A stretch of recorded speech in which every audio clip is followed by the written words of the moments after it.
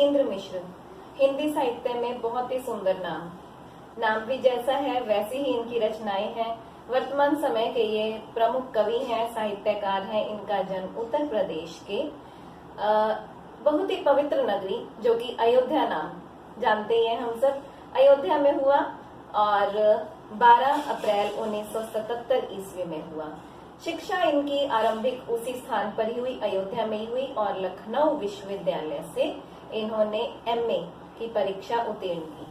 1999 से ही ये साहित्य और कला के क्षेत्र में हैं। उसके विकास के लिए वो विमला देवी फाउंडेशन का संचालन कर रहे हैं। उसके साथ साथ वो अर्धवार्षिक पत्रिका है जिसका नाम है सहित अर्धवार्षिक पत्रिका का प्रकाशन तो नहीं, संपादन, एडिटर है वहां के, भी कर रहे हैं।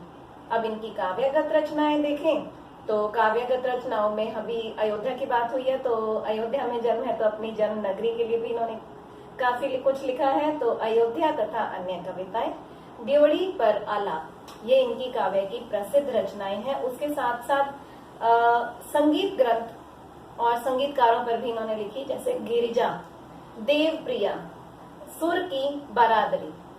जो गिरिजा है वो शास्त्रीय गायिका गिरिजा देवी के जीवन और उनकी संगीत साधना, उनके बहुत से अनुभवों से जुड़ी हुई रचना है। संपादन जो इन्होंने किया उसमें कुछ सह संपादन भी किया, जैसे कि कुंवर नारायण की रचनाओं के आधार पर किया। कुंवर नारायण का संसार, यार जुलाहे, द्विजदेव ग्रंथावली, द्विजदेव वही रीतिकाल के अंतिम जो कवि माने जाते हैं उन पर उन्होंने किया। रीतिकालीन अंतिम कवि द्विजदेव की ग्रंथावली का सह संपादन किया था। इनके साथ और भी संपादक रहे थे। कुंवर नारायण जी पर इन्होंने दो पुस्तकें संपादक के साथ साथ में स्पिक मैके के लिए विरासत, जो कि 2000 में प्रकाशित हुआ, का संपादन भी थाती का संपादन किया। तो ये इनकी काव्य का सफर कह सकते हैं। उसके साथ साथ जब इन्होंने इतना कार्य किया तो इन्हें नेचुरल सी बात है, एक स्वाभाविक ही रहता है कि पुरस्कार भी बहुत मिले होंगे। तो राजीव गांधी एकता सम्मान इन्हें मिला, भारत भूषण अकादमी साहित्य कविता पुरस्कार मिला, ऋतुराज सम्मान मिला और रजा पुरस्कार भी मिला। उसके साथ साथ अगर मैं कोई भूल रही हूँ तो मुझे कमेंट में बता देना। हेमंत स्मृति पुरस्कार भी इन्हें मिला, भारतीय भाषा परिषद युवा पुरस्कार भी इन्हें मिला, और भी मिले होंगे। मैं बता रही हूँ कि अगर मैं भूल जाऊं तो आप मुझे बता देना।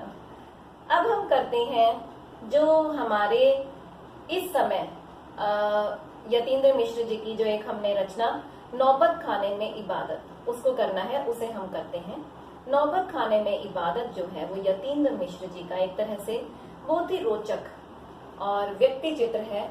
प्रसिद्ध भारतीय शहनाई वादक, शहनाई जो हम विवाह के अवसर पर बहुत मांगलिक ध्वनि मानते हैं, शहनाई की कह भी देते हैं कि इसकी शहनाई कब बजेगी। तो शहनाई वादक उस्ताद बिस्मिल्लाह खां, नाम ही काफी है, ये वो शख्स हैं। उनके व्यक्तित्व के बारे में, उनके संगीत साधना के बारे में, उनके जीवन के बारे में, उनके अनुभवों के बारे में, उनके अंतर्मन की बुनावट, संगीत साधना, लगन, उनका परिचय, उनकी रुचियां आदि, इनके बारे में यतीन्द्र जी ने बताया है। पाठ की शुरुआत में मिश्र जी 1916 से 1922 तक के समय के काशी, जिसे बनारस भी कहते हैं, का वर्णन किया है। वैसे इसे करने से पहले शब्दार्थ कर लेने चाहिए। शब्दार्थ हम कर लेंगे, बीच में ही कर लेंगे, तो क्योंकि इसमें कुछ उर्दू के शब्द हैं जो बच्चों को आसानी से नहीं आते हैं, तो शब्दार्थ हम बाद में जरूर करेंगे, बीच में ही कर लेंगे। कुछ नहीं समझ आएगा, मैं साथ साथ बताते जाऊंगी। उस समय जो बालक बिस्मिल्लाह खां थे, उनका नाम अमीरुद्दीन था। नाम अमीरुद्दीन बहुत बार पेपर में पूछा भी जाता है। 6 वर्ष की उनकी उम्र थी। उन्हें राग क्या होता है तब तक तो ये भी नहीं पता था, और लेकिन साथ साथ में उनके जो मामा हैं वो देश के एक जाने माने शहनाई वादक थे। वो अक्सर भीम पलासी और मुल्तानी रागों की चर्चा करते थे। मुझे नहीं पता भीम पलासी और मुल्तानी राग कौन से होते हैं, तो मैंने ऐसा पढ़ा हो, मैंने आपको बताया। भीम पलासी और मुल्तानी रागों की चर्चा करते थे। वो बालाजी के मंदिर में ज्यादातर राग की रियाज किया करते थे। रियाज मतलब अभ्यास करते थे, प्रैक्टिस करते थे।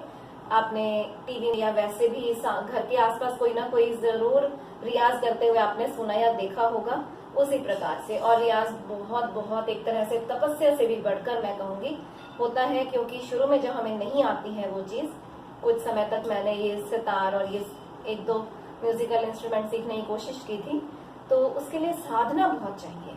बहुत अपने मन को मारकर, हर चीज से दिमाग हटाकर उसकी तरफ हमें ध्यान लगाना पड़ता है। और जिसका खुद का रुचि होती है उसका ध्यान तो स्वयं ही लग जाता है। अमीरुद्दीन का जो जन्म है वो बिहार के डुमराव गांव में हुआ। डुमराव गांव में प्रसिद्धि जो है वो इन्हीं के कारण मिली है।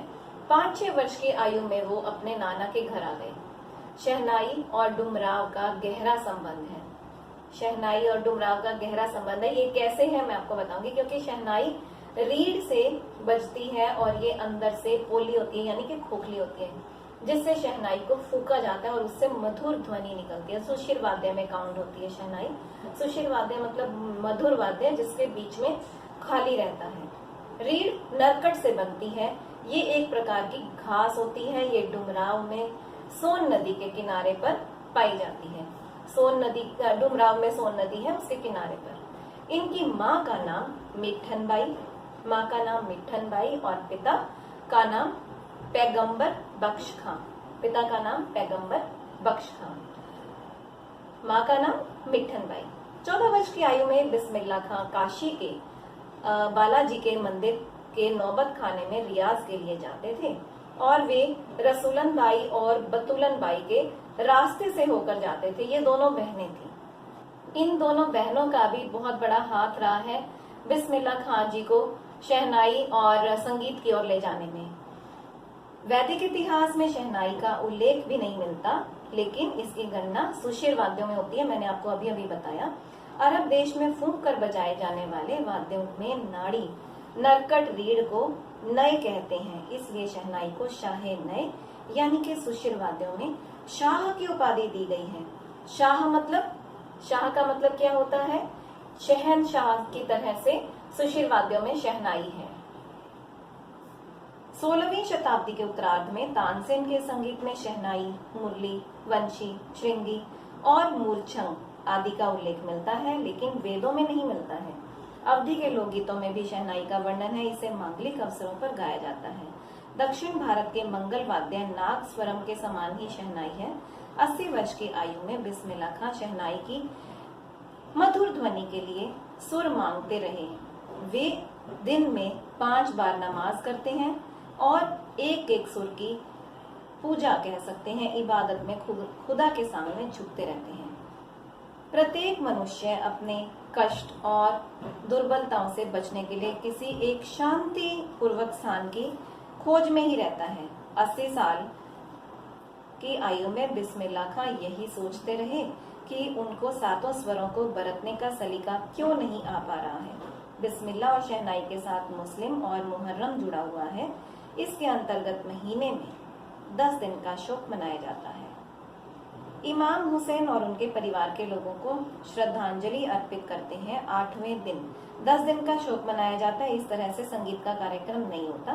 फिर क्या होता है कि 8वें दिन बिस्मिल्लाह खां शहनाई बजाते हुए, यानी कि शहनाई को बड़े ही मातम सी धुन बजाते हुए, मातम मतलब कि जो किसी के मरने पर धुन बजाई जाती है, दार मंडी से लगभग 1 किलोमीटर दूर पैदल जाते हैं और इमाम हुसैन और उनके परिवार के लोगों को श्रद्धांजलि अर्पित करते हैं। इससे एक बड़े कलाकार का हमारे सामने बहुत ही सुंदर और स्पष्ट और दूसरों के प्रति प्रेम भाव रखने वाले का रूप सामने आता है।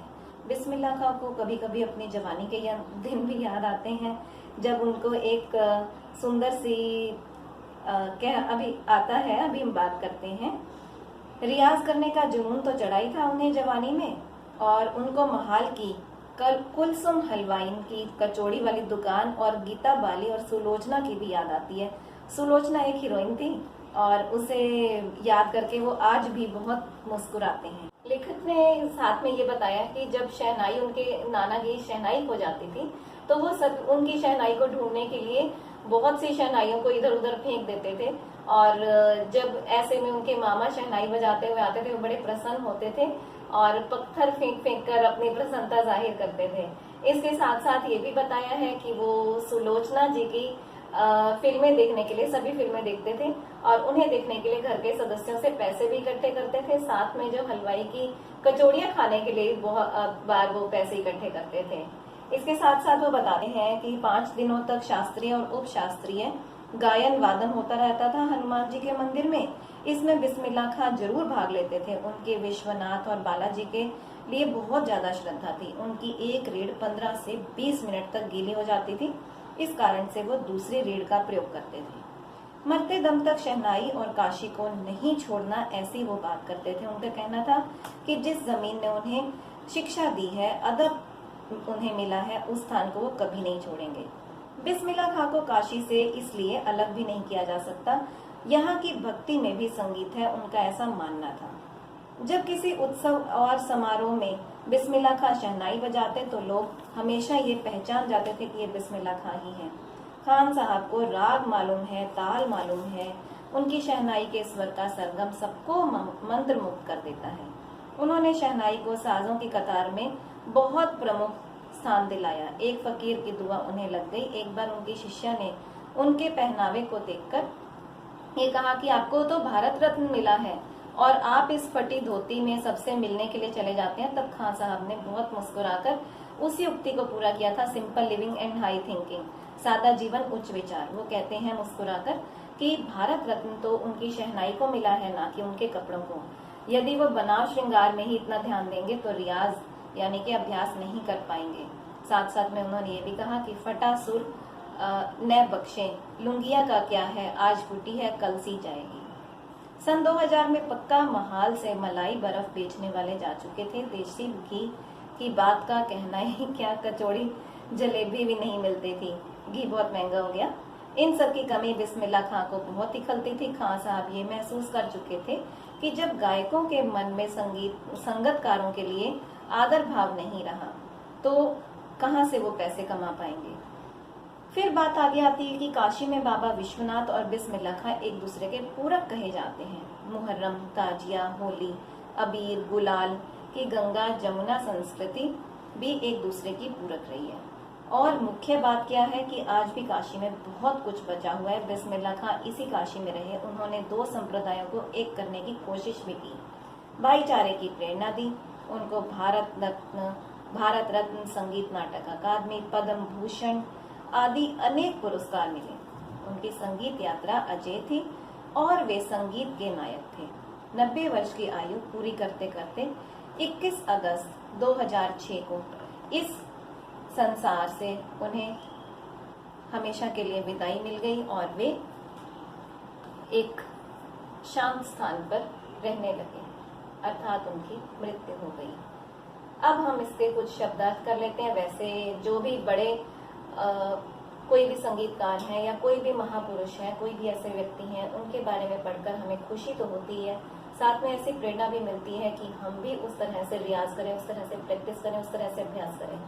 तो इनके परिचय और इनके व्यक्तित्व के बारे में जानकर आप सबका भी मन हो रहा होगा कि हम भी क्योंकि विद्यार्थी हैं, क्यों ना हम भी अच्छे से अपनी पढ़ाई करें और उनकी तरह से, जैसे वो दिन में 5 बार नमाज करते थे और इतना रियाज करते थे, इतनी प्रैक्टिस करते थे, क्योंकि हम भी अपने आप को सशक्त और दृढ़ बनाने के लिए, अपना सब्जेक्ट स्ट्रॉन्ग करने के लिए, अपने विषय पर अपने पकड़ बनाने के लिए बहुत बहुत पढ़ाई करें।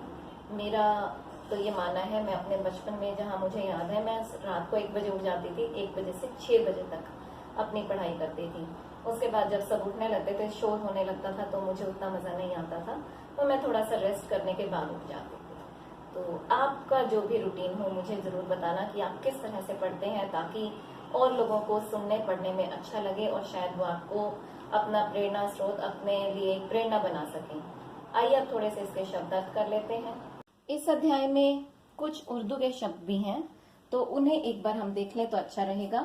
नौबत खाना, प्रवेश द्वार के ऊपर मंगल ध्वनि बजाने वाला स्थान, ऐसा स्थान जहां पर प्रवेश द्वार के ऊपर मंगल ध्वनि बजाई जाए। ड्योढ़ी, दहलीज, दरवाजे के बीच में दहलीज मानी जाती है। इबादत मतलब पूजा, इबादत मतलब पूजा। गोया, गोया शब्द कई बार हम भी यूज करते हैं, कई बार प्रयोग करते हैं, हाँ किंतु फिर भी। जैसे आप वहां गए, गोया ये काम नहीं किया, ठीक है, ये वाक्य में प्रयोग हो गया। रोजना मचा, रोजना मचा भी कहा जाता है और रोजना मचा भी होता है। दैनिक कार्यक्रम की रूपरेखा, कई बार हम अपने डायरी में लिखते हैं तो उसे भी रोजना मचा कह सकते हैं। पहले कुछ एक आध अखबार का नाम भी होता था। साहबजादा, पुत्र, कई बार व्यंग्य रूप में भी कहा जाता है साहबजादा, अरे देखिए आपके साहबजादे की हरकतें, तो ये हो गया साहबजादा। मसलन, मसलन मतलब उदाहरण देना, किसी भी चीज का उदाहरण, जैसे संज्ञा किसे कहते हैं, किसी वस्तु व्यक्ति स्थान आदि के नाम को संज्ञा कहते हैं। वैसे तो संज्ञा के उदाहरण देने के लिए मसलन शब्द का प्रयोग नहीं करना चाहिए, फिर भी मसलन क्योंकि उर्दू का शब्द है और संज्ञा प्रॉपर हिंदी का है, इसलिए फिर भी मसलन का मतलब होता है उदाहरण। जैसे बोर्ड, स्केच पेन या मार्कर या टेबल, अलमीरा, ये सब उदाहरण हो सकते हैं संज्ञा के। ठुमरी, चैती, ये दोनों ही एक प्रकार से चलते हुए गाने हैं, जैसे फोक गीत कहते हैं, लोक संगीत कहा जाता है। शाह, शाह मतलब शहनशाह, राजा, किसे कहा गया यहाँ पर शाह, शहनाई को। सुशिर वाद्य में शाह कौन है, शहनाई। सुशिर वाद्य खोखले यंत्र, जैसे मुरली के बीच में से खाली होता है उस तरह से, वो एक तरह से खोखला यंत्र है जिससे हम सुंदर सुंदर मधुर मधुर ध्वनि निकालते हैं। नाड़ी, तने का खोखला डंठल, तने का खोखला, खोखला यानी कि खाली होगा तभी उसमें से जो हवा है वो पास होगी और उसमें से सुंदर सुंदर ध्वनि निकलेगी। सजदा, माथा टेकना, सजदा तो वैसे पता ही है हमें, हम मंदिर में जाते हैं और सजदा करते हैं, मंदिर में हम माथा टेकते हैं और अगर हम किसी दरगाह पर जाएंगे तो सजदा करते हैं। संपूरक, जो पूरा करे उसे संपूरक कहा जाता है।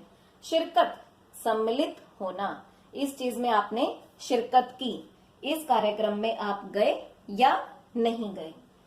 बदस्तूर, तरीके से, नियम से, कायदे से, कानून से जो काम किया जाए उसे बदस्तूर कहते हैं, ठीक है।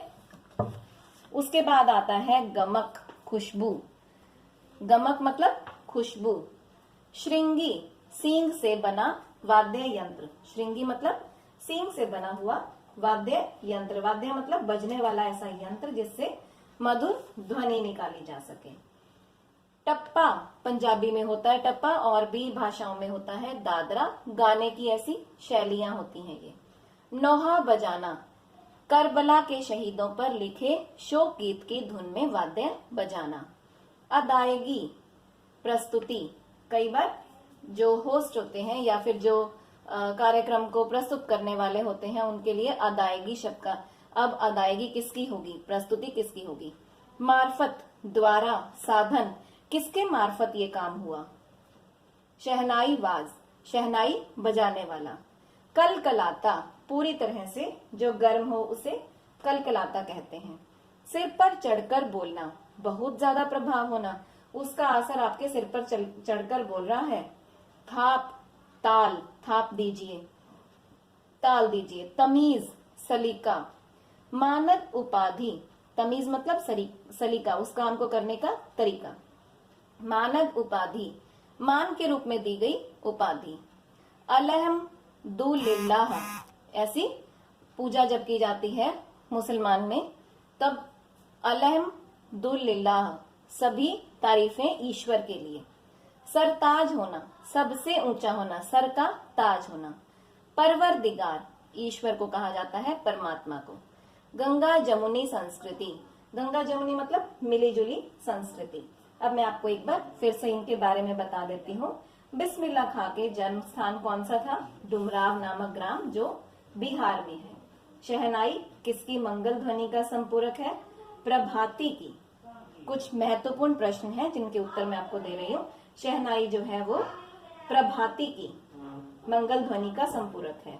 दक्षिण भारत का कौन सा वाद्य मांगलिक अवसरों पर बजाते हैं, तो वो होता है नाग स्वरम।